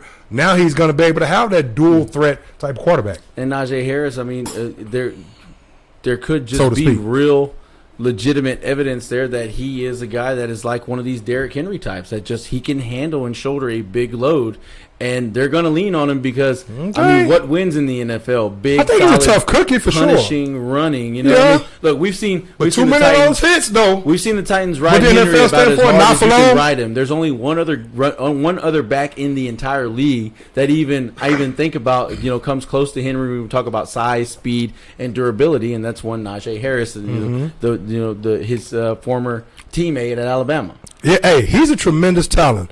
But again, all those hits eventually, and I agree. I mean, if you look at Derrick Henry hasn't slowed down a lick, and he pounds and pounds and pounds. And just But remember, he's it's a kind of- business. Even though, right, Sometimes and these even though guys he's a will big say, guy, "Hey, we'll take 5 years out of him if we run him in the ground. If we get to because the they're going to Super find Bowl somebody 2 else. 3 times, yeah, because they're going to replace him. And that's what he said. If they're winning, he'll carry the ball 500 times. But I just want them to be. I don't want them to rely on him as much. You have some receivers out there, of course. If you have to rely on him because the passing game is not there yet, but I just don't want him to be one of those guys you give the ball 30 times a game. And I mean, hey, but that's the Steelers. That's the Steelers. If that's what they want to do, that's on them. But they have to be careful, especially if you don't have a tremendous offensive line or an offensive line, because I've seen him take a lot of hits, and he was only 22 years old. Yep, So that's the nature hopefully of the he's not beast. burnt out by 24. But I like how you brought up the quarterback play. It's going to get interesting there in Pittsburgh. But I do Speaking want of to talk quarterback- about a couple speaking of other quarterback, quarterbacks from. What about Lamar? Talk about what you What? want to talk about. Go ahead. Well, I just wanted to bring up your boy Justin Fields, and, Mm-hmm. and if you think that based on what you've seen so far in the preseason in Week 1, if you think that he's ready to take that next step, because last year he struggled. Let me tell you. But I'll tell you, look, for what I saw, ahead, I thought he looked like he was throwing the football accurately. He was. and he threw some darts. Yes. I thought it was impressive. I want to see more, but I think Well, here's the thing. I was optimistic with what I saw. For me, it's not about Justin Fields being ready. I think Justin Fields I think he's been ready. I think Justin Fields, he is going to be just as good as everybody thought he would be if you put the talent around him. Now they got a bust in N'Keal Harry from the Patriots. He's already hurt. I mean, what kind of weapons does he have? They didn't draft any offensive linemen until I think the fourth round, third or fourth round. So I don't think they've done him any favors over there in Chicago. So I mean, they it's do not have a a fact. ragtag sort of group of receivers after losing one Allen Robinson. Darnell Mooney is a guy who's He can fly. He's flashed the He can ability fly. to be a game breaker. They bring in Brian Pringle from the Chiefs, as a He's guy okay. who's small but certainly has the speed. And Mm-hmm. a guy like Fields, I think you can equate the way Mahomes used Pringle. Hit him on some quick hits Yeah. and let him run through the But middle of Mooney the is field, small, too. or just Who's the launch big it receiver? downfield. That they don't have one. I think it'd have to be Cole Kmet, the tight end, who'd be Okay. the big target that they go to. They're hoping that maybe Harry works out. They also brought in Dante He's probably out Pettis. for half of the season. But in the preseason, in the action that I saw with Justin Fields, Tajay Sharp, a guy that we're familiar with here in Houston because he played for the Tennessee Titans, started his career there. I think he was a second round pick, maybe, or a third round pick, and has always kind of had that big body and the talent. Yeah. One of those guys during preseason or during training camp, you look at him and he looks like a stud All-Pro guy. You're like, man, that guy's got to be a stud. But then you see him struggle and only flash here and there because he just hasn't put it together. He looked really good in preseason week 1. Right. He was one of the targets that not only Fields, but but Trevor Siemian was throwing the football too as well. So if they get Tajay Sharp to play like a starting wide receiver, now that would definitely they be a get help. Darnell Mooney to keep continuing to grow and to being the playmaker that he's been, showing that he can be so far, and then one of these other guys can fill in, or a you combination need to get something of out the running game. Harry, Pettis, and Pringle can do some work in the slot. Now maybe he's got something he can work with because he's got a running back who can produce out of the backfield with the pass and with the run in David Montgomery as long as he's healthy. Well, and don't forget they still got Herbert over there too. He's got some speed. Yeah, I still just don't see. Now, as far as me saying he's ready, now don't get me wrong. He was still a rookie last season, and there's still some things that he can work on. I mean, definitely, just like every other quarterback. I mean, I can go on and on. We'll see what Trevor Lawrence is able to do. I watched he the looked game good in with that Trevor preseason Lawrence, game. and I thought Lawrence looked tremendous. I mean, he did, but he's coached up better now too. So, but as far as Justin Fields, you look at Peterson's got to be beside himself about having Etienne and Lawrence. I know. I mean, like I said before, Etienne is like getting another first-round pick, even though he was injured last year. So I like what Trevor Lawrence is looking like over there. Scheme up the run. But as far as Justin Fields, Eddie, I think there's still some things he can work on. Obviously, reading coverages. I mean, getting rid of the ball quicker, making better reads, making better decisions. So when I say he's ready, I mean he's ready to be electrifying. If you put something around him, for one, you have to give him some protection. Yeah, he's a dual threat, but the guy cannot be running for his life every game. I think he'll probably be sacked more times than any other quarterback, and I hope I'm wrong, than any other quarterback in the league from the early looks of it. It seems like they were already in the first game giving up sack after sack after sack. So I don't think it's as much about Justin Fields as it is about the talent that's around him and the coaching that's around him. Sometimes as a quarterback you can mask the deficiencies that your team to a certain degree if you understand and operate a certain way. Yeah. What I saw from Justin Fields, which I hadn't seen from him since the college football playoff 2 years ago, was quick decisions in the pocket firing and getting rid of the football. Yeah. They can't bury you if you understand, like, hey, I don't have a lot of time, so when I see a read and it's open, I'm going to hit it. And I'm not going to hold on to the football. He was decisive. His mechanics looked well, and he delivered accurate. And you know he can throw the football. That had some smoke on them. Yes, they did. I mean, we're talking about smoke that blew right by the defensive back and into the hands of one Tajay Sharp. Absolutely. So if he continues to grow from that standpoint and he's getting rid of the football quickly, there's a reason why Brady doesn't get sacked. It's because, and it ain't because he can move. Yeah. It's because he knows how to get rid of the football and make and you that know what too, decision, Eddie? take what the defense gives you. Right, but you know also too that goes on the play calling as well. And in the first preseason game, that's going to be a lot different than the regular season. It's going to be a lot faster, so he's going to have to process even that much more quicker. So obviously, in the offseason, those are things that he worked on because those were his weaknesses as far as reading coverages or processing things quickly.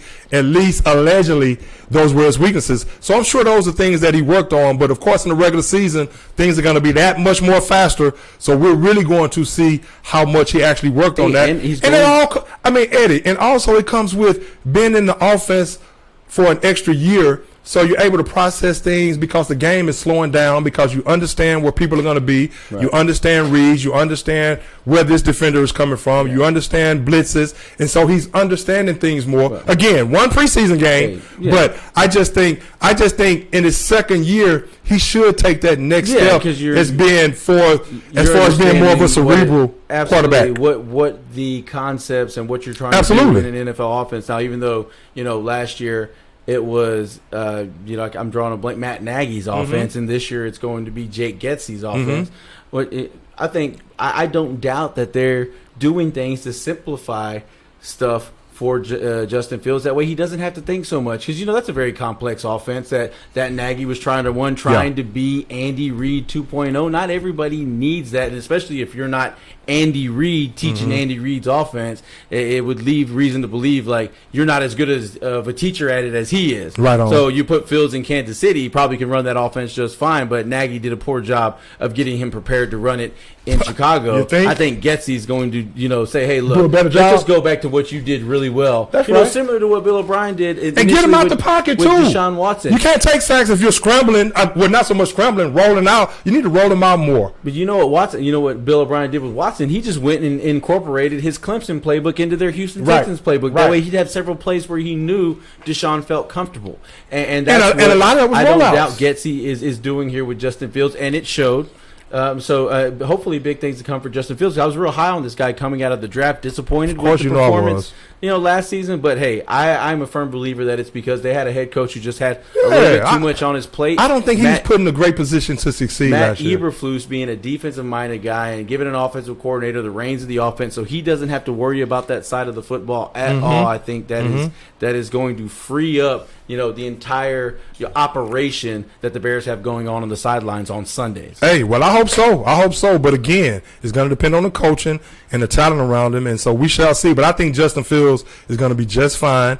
I think he's going to take that next step. But I'm not expecting major things out of him because I'm not expecting major things out of Chicago Bears coaching staff or just their organization, period, at least right now, because I don't like what they did in the draft as far as helping them out in that regard. So maybe next year, in next year's draft, and they do more. Roquan Smith trade rumors He's have been requested flying a trade. around all, but Roquan is saying all preseason. Absolutely, because he's saying that he's not appreciated with the Bears. So that shows you about the Bears organization right there.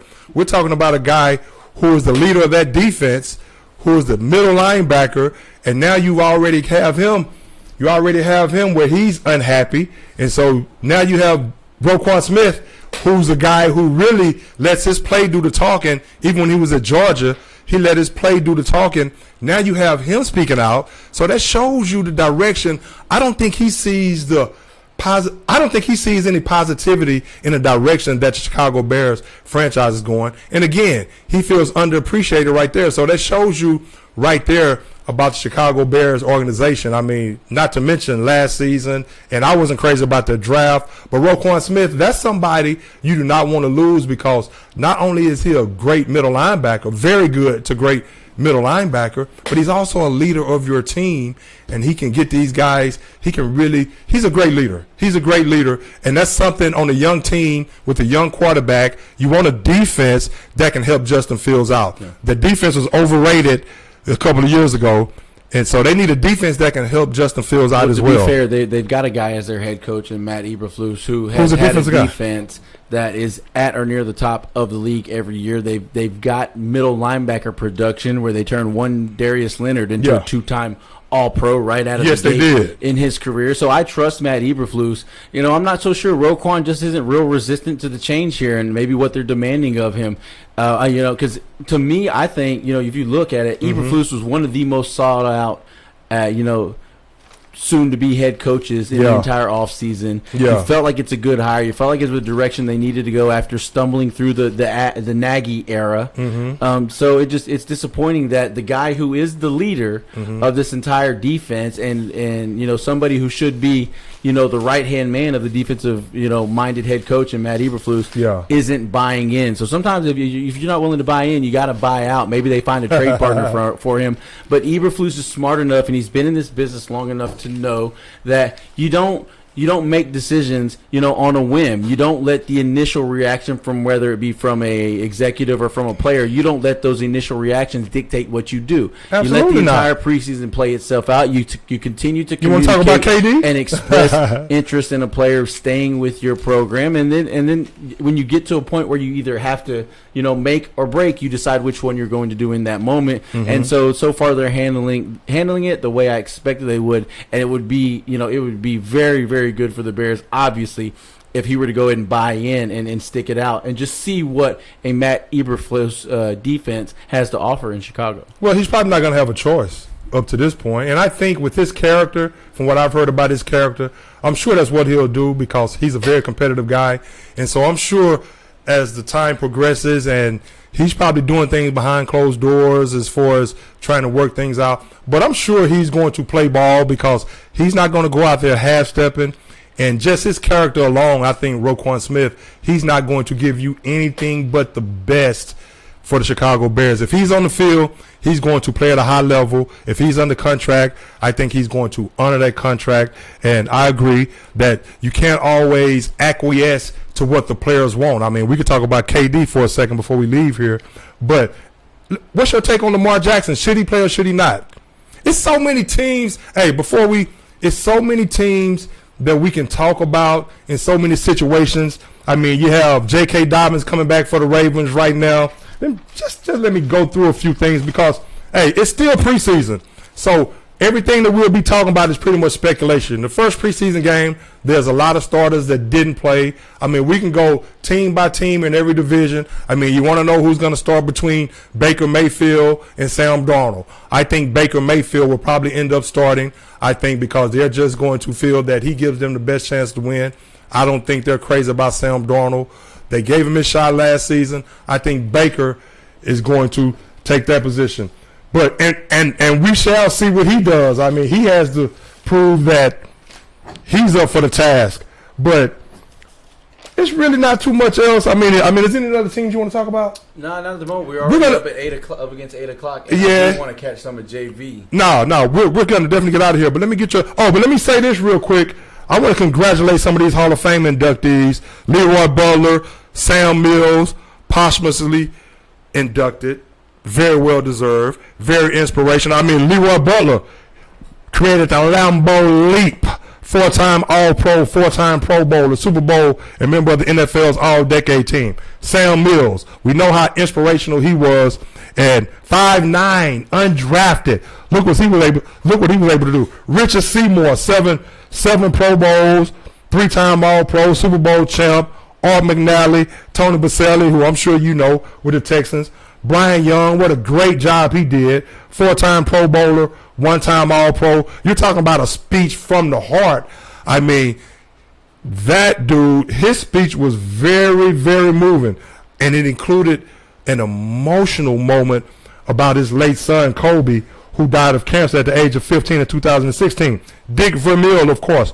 Cliff Branch, posthumously. Hey, Worthing Senior High School over here, the school that my mom retired from as a teacher. Cliff Branch should have been inducted into the Hall of Fame, especially in the era that he played in.